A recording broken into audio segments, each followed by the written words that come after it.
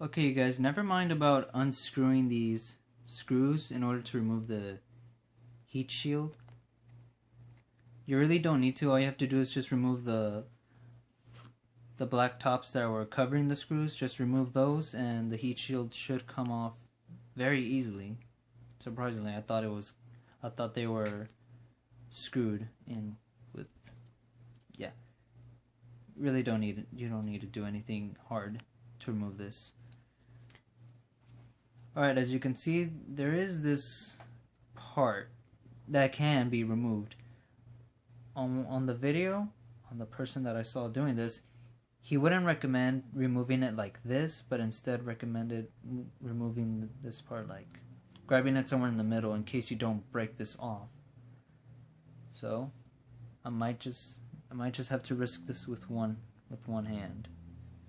Unless I can get my brother to hold it. Alright.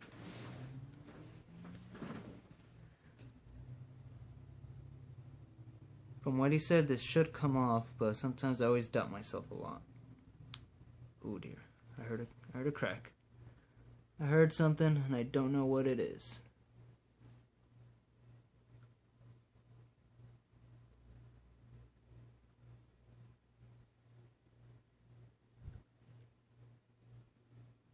Surprisingly, this is a lot harder to remove, but it should be removable. Just not sure how. And I definitely don't want to damage any of these components. Alright, so let's try this again.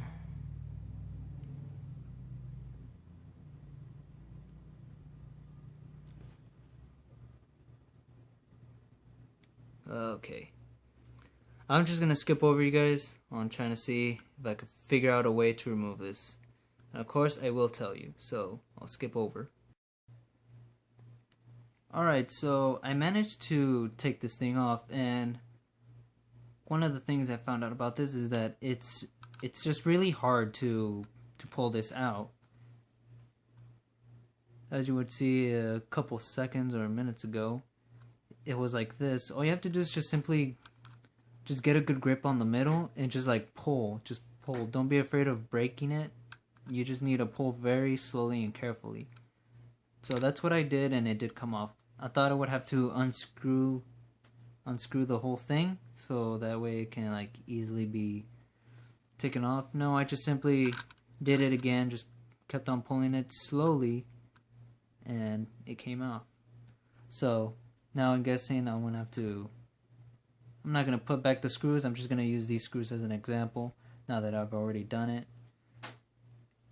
I think I might have to put these back on. Maybe. I don't know. But we're going to get to the best part, and that is removing the hard drive on the PlayStation 4. Alright, you guys. Now we're back to the PlayStation. Well, not back, but we're finally on the main part. Now we're going to try to open this up, and it's quite easy, and all you have to do is just slide this off, but not too much. So I will demonstrate, and my brother here is the one that's going to be holding the camera. So get close, not too close because it's dark and I have poor lighting in here. So what you're going to have to do is just slide this off, not a lot, but just enough to, just not too much. And there we go. Easily comes off. I'm not gonna buy another color of this. I was thinking of doing it, but not anymore. Alright, on this here is the hard drive. It's right on here. And it's quite easy. All you have to do is just unscrew this in order to slide this right off. And I will show that. Just use any screw that's small enough. This should work. Not sure if it will. You don't want to use too big of a screw because it's not gonna fit. But of course, I don't know the size of this thing, so just try to find one that you have small enough. Alright, so there's a screw. It has the PlayStation logos. And you're gonna have to keep this somewhere where you can see it. in order to put it back on. Alright, now just slide this right off, not too hard, and in here's the hard drive. And from what I've known, okay, here we go. You're gonna have to unscrew these right here. So, of course, I will show you.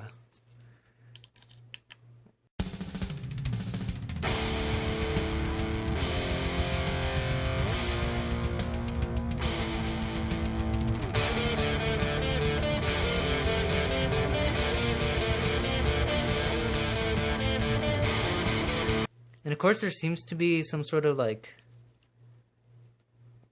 rubber in between the screws. I'm not sure how to describe that. There's some sort of like this rubberish material that's there. I don't know what it's for, but I do know what it's for, but I'm not good at explaining things.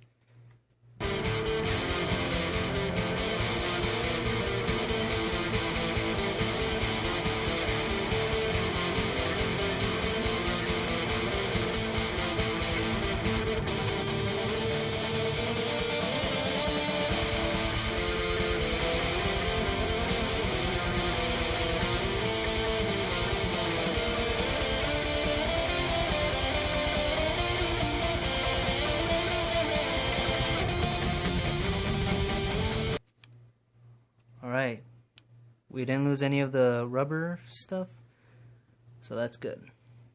Of course, I'm going to keep all the screws from the PlayStation on here where it used to be. So now I need to figure out what in the world it is that I do. Okay, so all you do is simply slide the hard drive right off. Easy peasy. And now we're going to install the new one. Just need to figure out how it goes. Okay, there we go.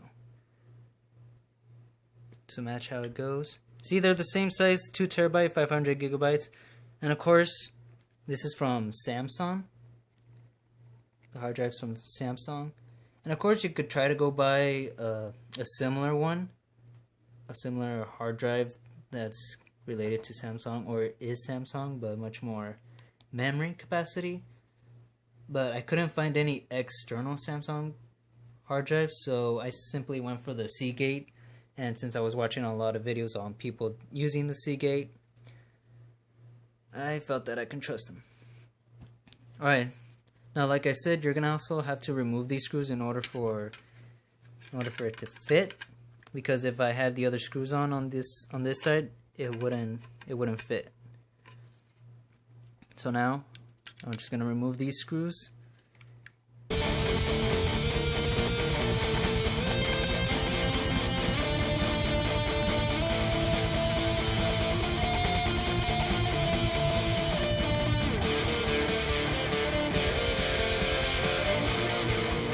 Alright you guys, I'm going to skip over to the part because I seem to be having trouble. Alright guys, after a long, excruciating minutes of removing these screws, they were really tight, so I had to take breaks here and there because this didn't work. It was too small apparently, but I managed to get it with this. Alright, now that we've unscrewed all the screws, and make sure I separated all the screws, all that stuff from the new hard drive is over there, everything from the PlayStation is right here. And of course,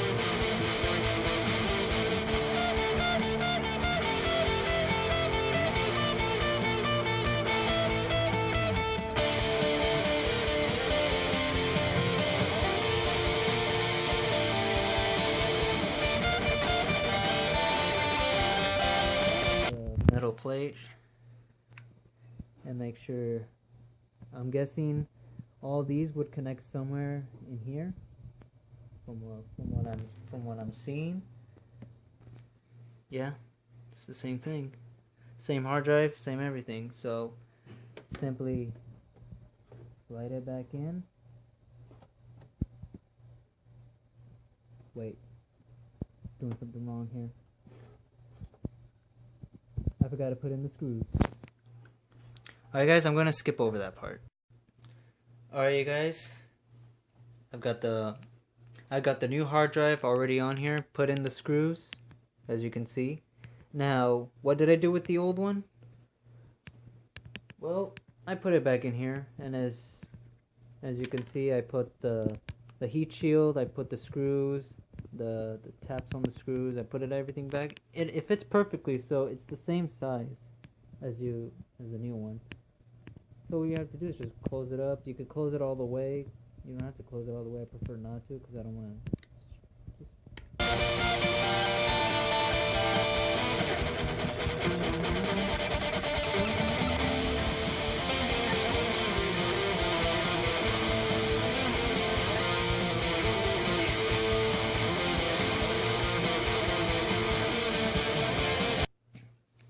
And of course, we're going to need to screw it. So I have my same old screwdriver.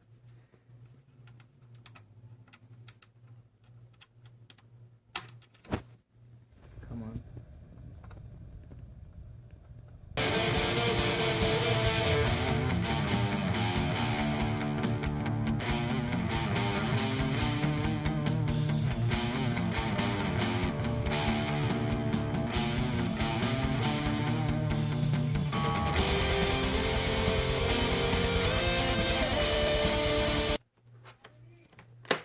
There we go.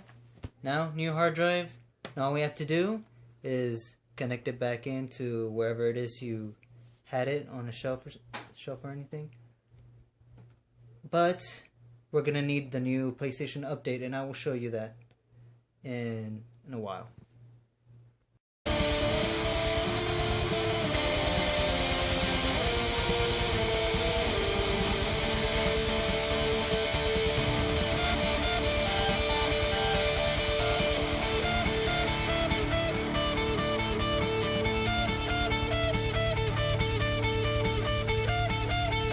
Since my PS4 wouldn't turn off, I had to take measures into my own hands. USB is connected, PS4 is off. Next instructions. Connect the USB storage device, check. And then touch the power button for at least 7 seconds. The PS4 system starts in safe mode. 7 seconds. Alright, now I just gotta see which one it is. 1, 2, 3, 4, 5, 6, 7.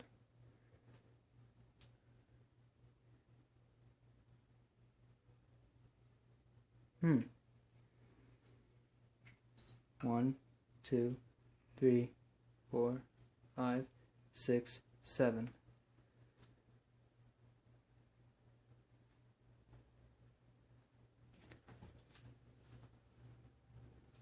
Alright. Now I have my controller.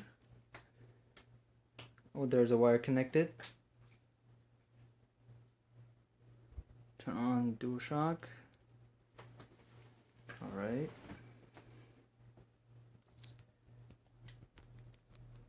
Now let's see if this gets the update.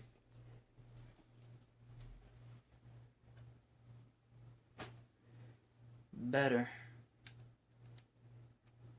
Because it's taken me literally I don't know how long it's been since I've been using the wrong update.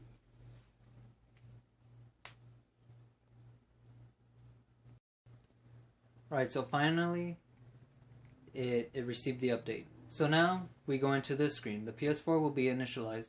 All users and all data will be deleted. Are you sure you want to continue? Since it's a new hard drive, there's really nothing to worry about, so press yes. And now we wait again.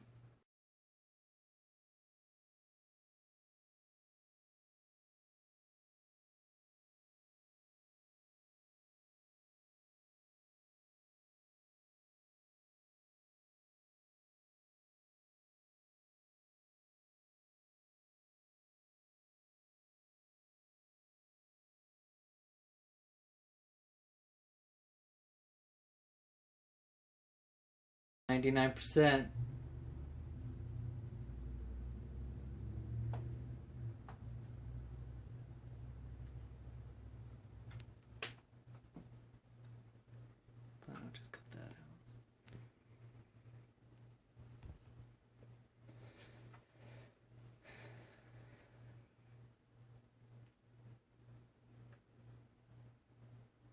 System software update.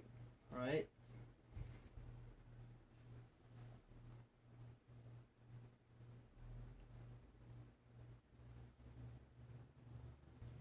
Installing update file. Do not turn off the PS4 during installation. After the installation has completed, the PS4 will automatically restart. Okay then. This one might take a while, so I'll skip ahead of it.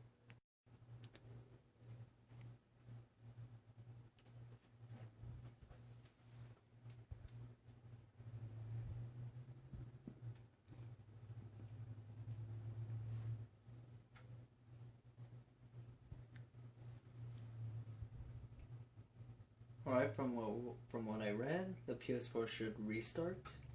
There we go.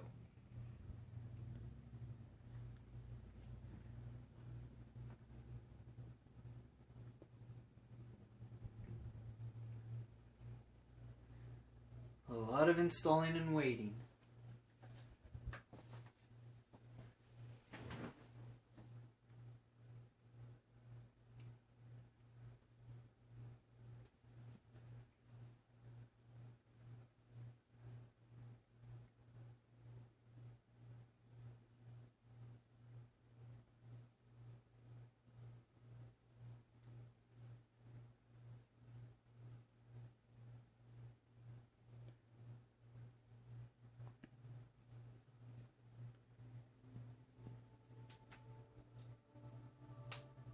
Listen to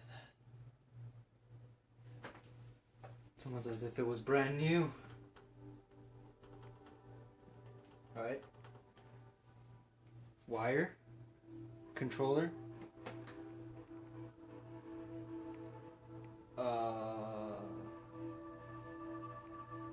Cool. And then step number 2.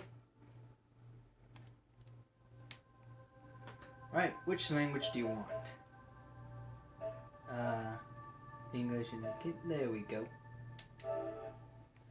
Let's begin set up your PlayStation 4 system. Next.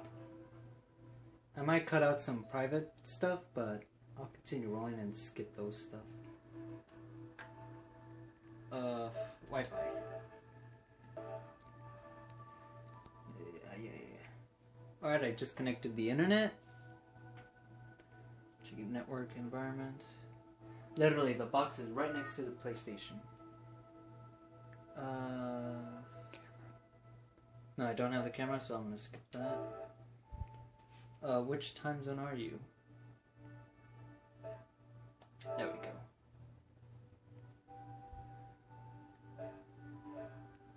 Next. Okay, what is this? Adjust power save setting. This setting is for when the PlayStation is playing videos or songs. Set the time limit until the PS4 automatically turns off when you are not operating it. Yeah, I'll go with it.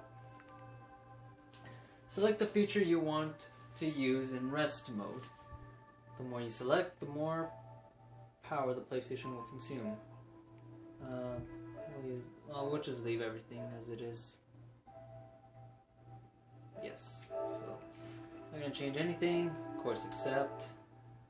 Set up your PS4 is complete. Enjoy an exciting world of entertainment. So finally, it's almost as if it was brand new. A new life.